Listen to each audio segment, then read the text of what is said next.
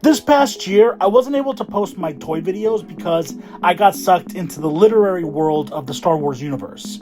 Reading for pleasure is something I really didn't do often, but a good Star Wars book really feels good. It started many years ago when I picked up my first Star Wars book, Darth Maul Shadowhunter, and these past couple of years, I've really enjoyed John Jackson Miller's Kenobi, which is a masterpiece, Claudia Gray's Master and Apprentice, which is just absolutely amazing, and then Mike Chen's Brotherhood, which is a great Obi-Wan Kenobi and Anakin Skywalker story. But the end of 2025 had me take on a new challenge. Considering it was the 20th anniversary of Revenge of the Sith, my favorite of the franchise, and considering all the hype I had heard about Matthew Stover's Revenge of the Sith novelization, and considering that Stover came out with his hardcover 20th anniversary deluxe edition of said novel with never before seen annotations from the author himself, I just knew it was time to read this book. But why stop there? I really decided to get the full descent of Anakin to Vader by reading the Star Wars The Dark Lord Trilogy, a collection of 3 Star Wars Legends novels that detail the final days of the Republic and Skywalker's transformation into Darth Vader. I mean, I already own all 3 books, so why not check it out in this trilogy?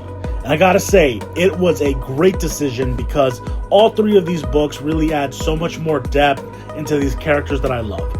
Labyrinth of Evil is basically setting up the stage for episode 3, focusing on some fun buddy cop moments between Anakin and Obi-Wan to find out who this Darth Sidious is, and it leads up to the Battle of Coruscant where Chancellor Palpatine is kidnapped. James Luceno, oh my god, he's so good at creating political intrigue. I never thought before I watched Andor that I could actually enjoy the political drama of what Star Wars was all about, from your Republic's transformation to an actual empire. So this was a lot of really fun reading.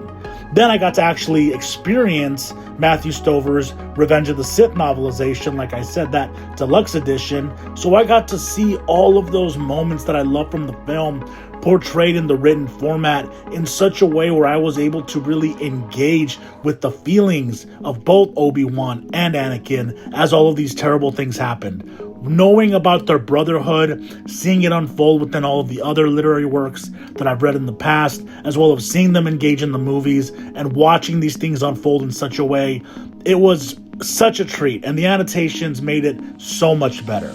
And then Dark Lord, The Rise of Darth Vader, also by James Luceno, was fantastic because now we have the exact aftermath of Revenge of the Sith, and we get to see Vader in his early days, and we get to see a lot of really cool moments where you get to see what it's like being inside that suit and seeing the anger and hopelessness that Vader, who used to be Anakin, is now showcasing. And honestly, it was a great reading experience. Read in sequence, these 3 novels are very complementary, and I gotta say, if you want to get more for that idea of what Star Wars is about, that poetic drama, then these 3 did just the thing. I'd love to go into more detail for each book, and hopefully I'll make a video on each soon, but for the most part, I just wanted to get my thoughts out and just share that these are some amazing works of art that if you have time to check out, you really should.